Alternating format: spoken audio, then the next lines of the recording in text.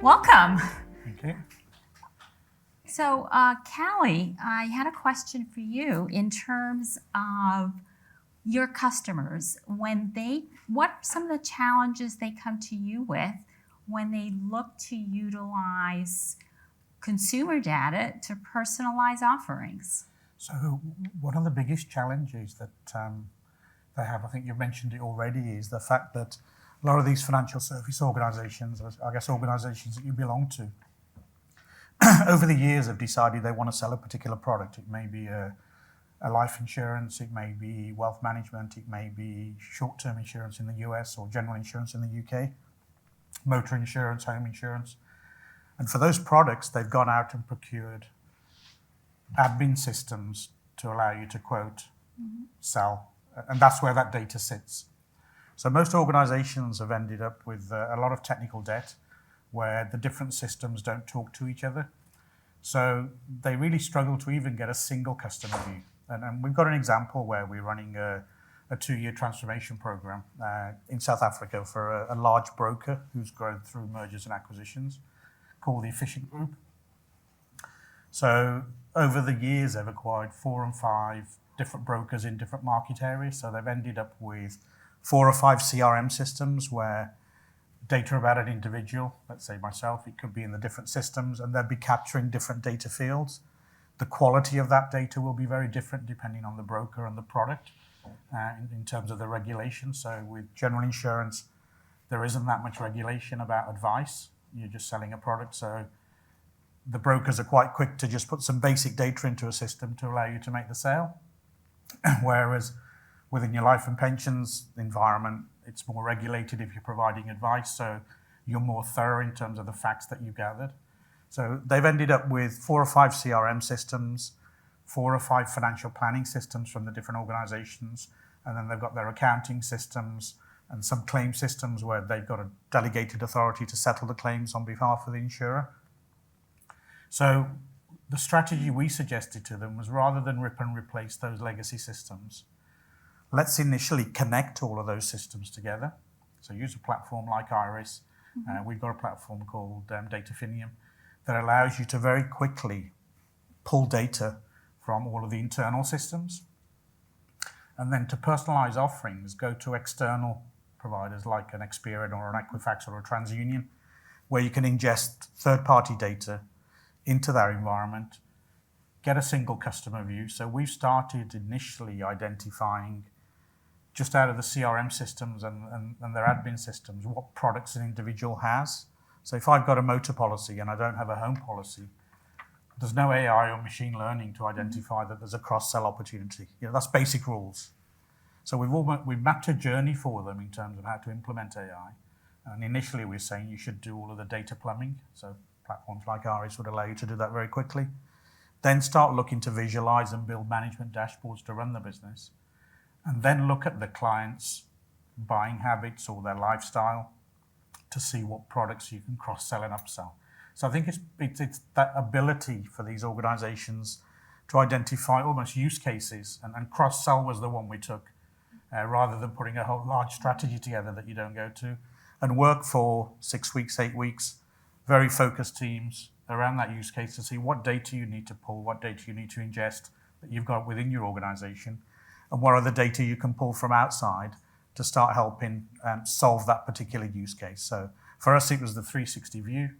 And then going forward, if they change a CRM or they merge their CRMs, it doesn't change that client view because we're just changing, as you mentioned, the APIs. We're just pointing to a different front-end system. So over time, if they want to, they can rationalize those systems and then minimize that risk of ripping everything out and replacing on a large transformation program. So that's an example of one of the clients we're working with. That's excellent information. Thank you for sharing that. I'll also give an example of one of our clients, and this is during COVID. We have a retail institution. They're about a mid-sized institution, and they had to shut their branches, but they wanted to be able to still provide the best possible customer service. They wanted to be able to maintain customer retention. And there was also the need to make sure that they could mitigate risk. There wasn't necessarily the focus to grow the business, but certainly to maintain it. So what they did was they took data, as you were saying, they combined data from all different systems, from CRM systems, so internal data sources, including their core banking, looking at external sources, credit bureau information, and so forth. And they applied machine learning, and they came up with 30 behavioral metrics. And what they realized was, based on the data and these metrics, there were certain actions that they could take to help support their customers. So, for example, there's a situation where people were working less hours as a result of COVID. Of course, this impacted their finances. This impacted their ability to pay back a loan.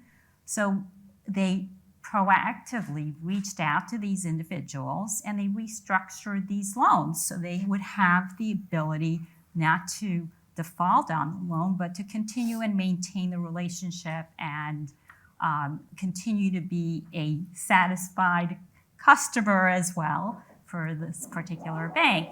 Another scenario was where an individual was transitioning to a different occupation, and they were relying on public transportation, and there was impacts to public transportation during COVID as well. So they needed to purchase a vehicle. And so by being able to proactively understand some of what kinds of situations their customers were dealing with, they were able to provide stopgap measures to support them. And not only did this maintain their customer loyalty and customer service, but during that time period that they had their closures, they were actually able to increase their business by 57%, which was, quite surprising. And again, what, this relates back to is the ability to bring together all your data sources, also bring together external sources, have this be something that you can evaluate on a continuous basis, and provide predictive analytics capabilities to make insightful decisions. So Virginie, let me ask you, you mentioned that organizations are investing in data management.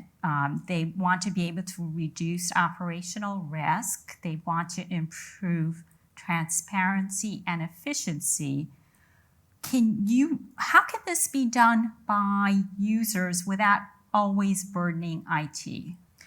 Well, I think the IT bottleneck is well known, right? Having to rely on sort of 6-month development cycles, and you're stuck in this sort of infernal hell while you're waiting for to be able to support your business end users or your clients with regards to new products being onboarded, this kind of stuff. So I think there's this idea of building data infrastructure that can be sort of self-service to some degree. I think that's where we're seeing much more focus and more investment overall.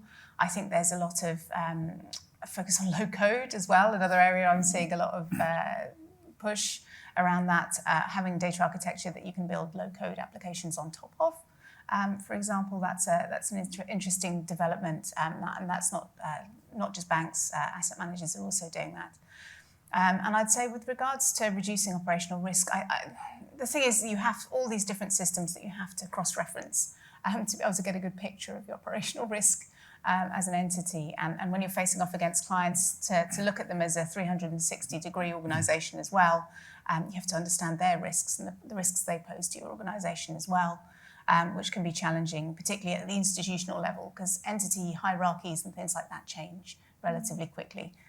If I think about it from that perspective. So risk management, proactive risk management requires very robust data aggregation underlays to be able to do things on a real-time basis in particular, or even intraday basis for that matter. You don't want to be waiting days to be able to aggregate information, to be able to understand your exposure to Russia, for example, because you'll get caught out by the regulators. So I think you bring out some, very interesting points. Of course, having the ability to access data, but having the ability to actually access real-time data and see how it impacts your business, understanding your market exposure, your market risk. And if, as we know, IT is overburdened. There's always requests and needs that are posed to them by the business. But being able to alleviate some of that and provide self-service capabilities, I think is, quite important, and empowering the users to do that and to drive decisions and opportunities in terms of taking advantage of the market, opportunity that presents itself, or mitigating a risk scenario. So, Callie, let me ask you a question. So is collaborating with fintechs a viable solution to help financial services firms actually navigate the dangers of innovation and also bringing in new technologies? I think definitely yes. And we've got real examples where I think most of the major, if you look at the banks and the insurers, are setting up innovation programs. So they are actively going out and recruiting fintechs and startups to tackle particular challenges. And a good example is where we're actually working with InterSystems. We applied, there's an organization in the Midlands called Supertech, West Midlands Supertech, along with Brentwood, who have teamed up with organizations like BNP Paribas and with Wesleyan, so two large insurers, to basically say, identify some challenges, we'll bring a cohort of fintechs and build an ecosystem over a 6-month program. BNP, it's called Serendip, and that's where I called Saravin with the Iris platform. So for them, we're tackling two challenges. The first one is very much around automating some of the manual underwriting that gets approved. So they have scenarios where they provide personal loans. So if you go to Currys and buy a washing machine, for example, and you take that on credit, it's probably BNP Paribas Personal Finance that's underwritten that loan. And what happens out in the stores, again, sometimes the salespeople will transpose a date of birth or an address. So that gets rejected for auto approval. So they have manual processes where they then go into other systems to try and identify whether that data is correct. So today that's been a manual process. I think we showed them, Sarav, in about 3 weeks, that we could take that, we could automate and write APIs to those systems by pulling in that data and actually automatically approve that. So improving operational efficiency, providing better customer service, because the ones that were approved manually 2-3 days later are getting automatically approved. They threw a second challenge around data visualization, which was their finance team. So they were manually extracting data for people like Currys, etc., to generate reports. And they had a data analyst, lots of CSV files that they're pulling, manipulating that data and creating reports. And for the sort of reports they were doing for this particular customer, they told us it had taken them 6 months with the one analyst and the sort of, if you like, Excel technology they're using.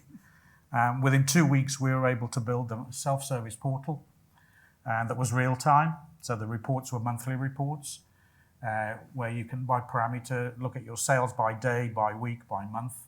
And all of that was done just within a couple of weeks. And those are things that some of the larger organizations struggle because they've always done it. They've got the data analyst, they've got the Excel teams. We also encourage them across the different business areas. They each had their own data analysts for them to meet once a week and look at what they were tackling, because there was so much duplication going on about the data they're extracting and the volumes of data. So just a different way of thinking, and I think the fintechs are a lot more agile and more driven. So again, those two examples at BNP Paribas where they've thrown the challenges, and in the cohort for each of the challenges, they brought in 3 companies because we wanted to collaborate, brainstorm ideas and see how we could work together. So that for me has worked really well. And Sarav, I don't know whether there's anything else. Absolutely.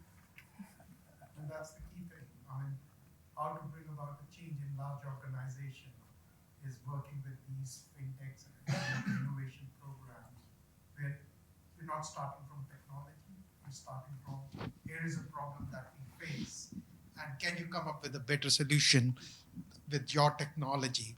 So I think so the key thing again is, as we emphasized in our keynote session, what is the problem that we are going to solve? It's the use case. As opposed to what is the best next innovative technology out there which we can adopt. And I think so that's the key thing in terms of these innovation programs. They're not led by technology, they're led by what is the problem that we want you to solve for us. And also that challenge of, because we've automated now some of those processes, for the data analysts, what we're also helping them is manage that culture change of they're not going to be made redundant. Mm-hmm. They've now got time to spend more time on looking at the real issues as opposed to doing the mundane tasks of extracting a spreadsheet and just moving data from this cell, manipulating it and giving them in this format. And the other thing we've identified, because they've got a lot of end customers they supply reports for, is we've actually suggested to them now they rationalize a set of reports to a standard set of dashboards. They're a self-service, and if a customer then comes and asks for other data, only then provide it. Whereas what's happening at the moment is the Currys account manager is saying, we need this report, can you add this field onto it? One for somebody else is coming and saying, can you do this? So the majority of the data is the same. There's just one or two, but it's being done in different departments. So it's rationalizing and sharing that knowledge. So by collaborating with the fintechs, it's really driving the time to value and allowing the more established firms to adopt innovation and better service in terms of their customers. So it's kind of I would say it's a very happy union in a sense. I think it is, and I know there's probably mixed opinion even in the room, but I think all of the large organizations should be working with fintechs to look at some of these, but pick piecemeal challenges. It's like they say, you can't eat an elephant in one go. Yeah.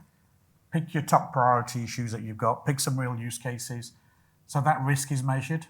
You're not bringing in a fintech who's quite small to transform your legacy platform. You're picking up areas that are creating business challenges, and that may be you want to cross-sell, upsell, you want to grow, you want to manage your complaints better. During COVID, you saw the same, that people are on telephones. You ring a bank now, or you ring an insurance company. In the UK, you're lucky if you get answered within half an hour. Yeah. Yeah. But there's some simple use cases where you could pop up a screen that can capture some data that's logged a claim that may not be connected to the back-end system, but from a customer experience, they've logged the claim. Right. There's that connection, the responsiveness, which is important. Rather than after half an hour thinking, shall I hang up, shall I stop? Yes. It's so frustrating. Absolutely. When you look at the market and the number of fintechs that are out there, I think it's like approximately 26,000. That's a lot of fintechs, and there's absolute adoption in terms of their solution. So having the ability to collaborate is certainly something that should be looked at by the more established firms. Yeah, almost an analogy I try and use with the business people. It's like saying, when you need to have a heart operation, you don't go to a general practitioner, you go to a specialist. And these are the fintechs. They're tackling small problems. That they're not saying they can do everything. And the larger IT companies and the systems integrators are looking across the board. And I think that's a key difference. The whole idea of problem first, technology second, though, is not always adopted by capital markets firms. In my experience, quite often for things like blockchain, for example, I'm just to throw an anecdote or two in here. Yeah, please do. They often you go around thinking, well, what can we? It's a great technology. We've bought into this concept. Where do we apply it? And then this is where you end up in Pilotville and POCs that just go nowhere, and you spend a lot of money on something that doesn't end up being very viable in the end. So if I 100% agree. And as a vendor, we've been in very similar situations. So now we qualify very hard. Somebody wants us to come in and do a proof of value, and we call it a proof of value, not a proof of concept. We will go in, we need to have a valid use case, we need to have a sponsor, and then we'll go in and do it. And we need to have if we're successful, what are the next steps? But I think you're right, that there was a lot of playing with technology. In COVID also, because people were at home, we spent hours demonstrating technologies, and it was just because people had time at Yeah. home and they were showing they were doing something useful. No question about it. I mean, the technology adoption, it has to be based on a identified need. If you don't have, a particular, I mean, technology is cool, and everybody here, are, I'm sure, technologists, and it's cool stuff. We all want to, check things out. But if you don't have the actual business case or use case, then it's an exercise in, being able to learn something, but it's not going to bring value to the business. And ultimately, the responsibility that we all have as good citizens in our companies is to bring value to the business. Sure. And the end client is the one that matters at the end of the day, right? That's Exactly. what you need to be thinking about. Servicing the Exactly. client, how do you do that better? That's key. So I will ask both of you the next set of questions, okay? And speaking about technologies, so what other solutions, such as integrating a data fabric and data mesh, have been explored by financial institutions? And, these are, as was mentioned before, most financial institutions have they have systems existing. These are perhaps siloed. There might be legacy systems. And so being able to unify and access that data is a challenge. So Virginie, let me start with you. I mean, I think I touched on it. And if I think about some of the new technologies that people have gone mad about over the last couple of years, Snowflake being one of them, right? A lot of people have gone down the route of let's chuck everything into a Snowflake and see if we can do something with it. Invariably, that didn't work very well because a lot of the data residing in there is very difficult to aggregate and pull out for useful purposes. Yeah. So this is where something like a data fabric sitting on top of it, sitting on top of other assets, being able to pull it together so it can be consumed by downstream systems, whether they're externally facing or internally facing. That's where I see the value in it. Certainly, it takes a long time to realise that sometimes that the big data technology that you've invested in isn't doing what you want it to do, and you waste a lot of time and money on very expert data scientists wrangling data for a long period of time. You're paying them a lot of money not to sit there going with Excel spreadsheets and things like that. It's not their job. You really want those resources best deployed, focusing on what they do best.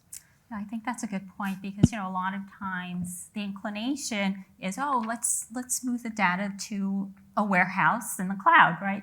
So you're essentially creating another silo, and you have a rigid system in terms of your data exploration as well. So very good point. Callie. Very similar, I think, as yourself. I think the consultancies, the top four, are making really good money out of this. Some new buzzwords to leverage from and to come in and explain. But I think in terms of practical implementation from the sort of customer, I haven't really seen that many outcomes yet. But maybe because we're not the TCSs of the world who are playing with this, and we're a small company at the moment. So from our side of it, on the Iris Data platform side, we do have a data fabric that we provide, and we'll get into a little more detail this afternoon in terms of what that is comprised of. And it's actually, we term it as a smart data fabric because it has embedded analytics into it as well.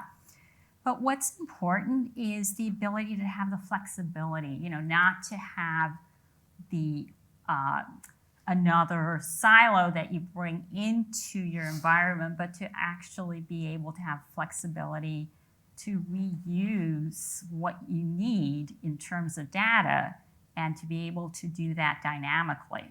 So it's available to you as you need to draw upon it and change it. And I'll give you an interesting example of a client, and this was touched upon during the opening by Chris Norton. And it's the largest bank in Latin America. It's Banco do Brasil. And so we worked with Banco do Brasil, and they have a technology arm that's called Banco do Brasil Technology Services. And what they wanted to do was they wanted to onboard new clients and to build new relationships with individuals that didn't have a banking relationship or a history, as a matter of fact. And so they looked at what kinds of data they would need to assess their risk models and determination in terms of viability and credit consideration. So, some examples of the types of individuals, it could be somebody starting out on their career, right? Somebody who hasn't had a track record in terms of credit history. Could be a student that is looking to start and build a credit history as well. So they brought in a variety of data. And these data sources, included many external sources, verification of email, verification of identities, verification. They even went to the judicial system database and brought in, the data to see if this person, is it a legitimate individual? Is it someone with a record? Are there concerns that we should be looking at? And so, internally, they had data as well that they leveraged. And, this could be a person who might have a parent who does have a relationship with this institution. So they brought this data together, they ran it through their risk models, and then they made a determination of the viability of onboarding and having these individuals become new clients. And it's been very successful in terms of having these expanded relationships, and it's also opened up the ability for these individuals to actually further their opportunities in terms of having credit history and a banking relationship. So again, by being able to have the underpinning of a very flexible structure as a fabric and change that as needed in terms of your data sources, and on a continuous basis be able to ascertain the correct information is critical. All right, and last question for both of you. So looking forward, how can the improved data practices allow financial services industry to get more value out of their analytics, AI, and machine learning? Callie, I'll start with you. Yeah, certainly. I think the fundamentals is that getting that data clean first. I think you mentioned it earlier. Mm-hmm. Lots of people start proof of concepts and they say, just give us some data sets. Mm-hmm. Software vendors will come in and say, give us a data sets and we'll run this machine model, we'll identify fraud for you, or we'll identify churn, or whatever that use case is. I think the fundamental thing for you is to make sure that the data plumbing, the cleansing and enrichment is there so that you've got clean data going into these models. And then again, initially, the ones we're encouraging our customers to do are the ones that the regulators are not looking at. So it's identifying cross-sell, upsell. Because as soon as you start building the models where you're either providing advice or selecting customers, you need that transparency, and some of these are perceived to be black box. So it's how do you make sure that you're treating customers fairly, and whatever decision you would have made, the model is making. And that, I'm finding when we've tried to do proof of values or around that, it's very difficult to justify each time. So it's very much, at the moment, we've used it for things like identifying fraud. So rather than, using AI, machine learning to build models, and bring in external data to identify fraud at point of sale rather than point of claim. So you're not issuing a policy to anybody or a loan to somebody who's already fraudulent. And there are lots of databases out there where a lot of the product vendors still and the financial services organizations, new business is about how do we get a new client on board. And then at claim stage, they check whether it's fraudulent or not. So we're trying to move some of those checks that you can, and also running predictive analytics around data that you may have. BNP is a good example. They've got 20 years worth of data. And because their loans are relatively small loans, washing machine might be £300 or £600. They finish over a short term. So we've run a lot of predictive stuff against historical data. to see who they should approve and who should they not. So we can actually improve the decisioning around underwriting because of the client history. So those are the sorts of things that we've been looking at. So capturing the data, having the right data, and making sure that that data then is used proactively can eliminate many after the fact situations which are costly. Sure. But AI and ML is a minefield, though. If you look at it from the regulator perspective, I've spent some time talking to regulators on this topic. Ethics and what the data, the selection of the data that goes into an AI to make a decision is under scrutiny. The model you built, who built it, how they built it is under scrutiny. So all of this stuff you have to be able to justify. You also have to have the clean data to feed into it in the first place. So it's a fast evolving area, I would say, and we're only at the very start of it to understand what we can do with it in the future. Certainly, there are a lot of risks ahead of us, but building the infrastructure in the first place is the first step. And I think many people don't recognise that it does take a lot of work. I think you mentioned it earlier as well, having the right volume of data to train the model. And you need to constantly train the model as things change. So, just having 6 months worth of data with a couple of 100,000 rows is not sufficient to train a model. And I would think also, having that data be continuously dynamic, so as things change, that affects in terms of what the outcomes are. Absolutely. So the capacity to have that flexibility is also, quite important. Look, we're using it quite successfully with the brokers to identify who they should try and cross-sell and upsell to. Yeah, absolutely. So they've got limited capacity, it's better use of their time, and we've already seen the results in terms of their sales. So I want to say some of the takeaways here are we all have lots of data, right? And personally, we all use lots of data as well.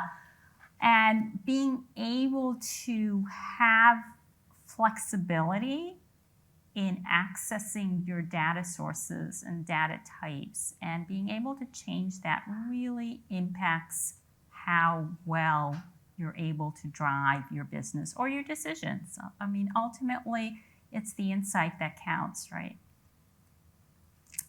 So I thank you both for the discussion, and I think now we can open it up for some questions. Gentlemen in the... Thank you. The gentleman in the back. Is he allowed? First question, question of two parts. First question to Ginny. You talked about the drive to T-1, maybe T-2 in the initial stages, the appetite for that, reducing the settlement times and using more real-time data. Do you see an appetite for the markets where they have now currently real-time risk, real-time pricing data, but more going to real-time risk data so they can reduce the risk-weighted assets and dynamically shift those, do more profitable business? Do you see an appetite for that? And the second part of the question to the broader panel, what do you see the challenges in doing that and perhaps some of the solutions to achieve that?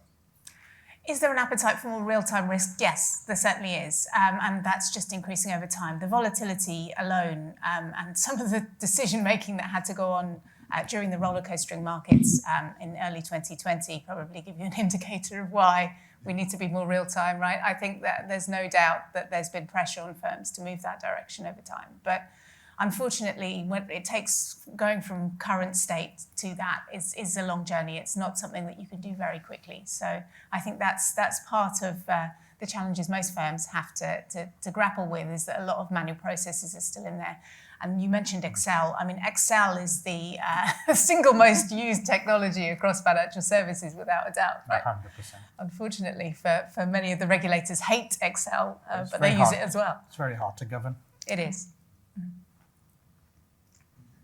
So I'll also, and this afternoon, we'll provide an example of another client in asset management.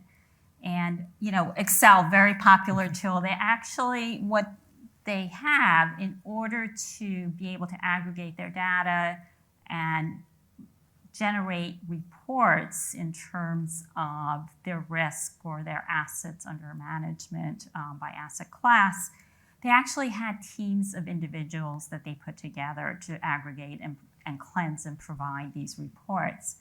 And by altering the way that they handle their data and their architecture in terms of being able to access the data on a operational basis, really changes the dynamics in terms of understanding, what's their market exposure. So there is a way around it, but yes, it does, take it does take quite a bit of planning and work, but it is something that can be done to give you that capacity to have that 360 view, which I think most firms are driving to in their data journey.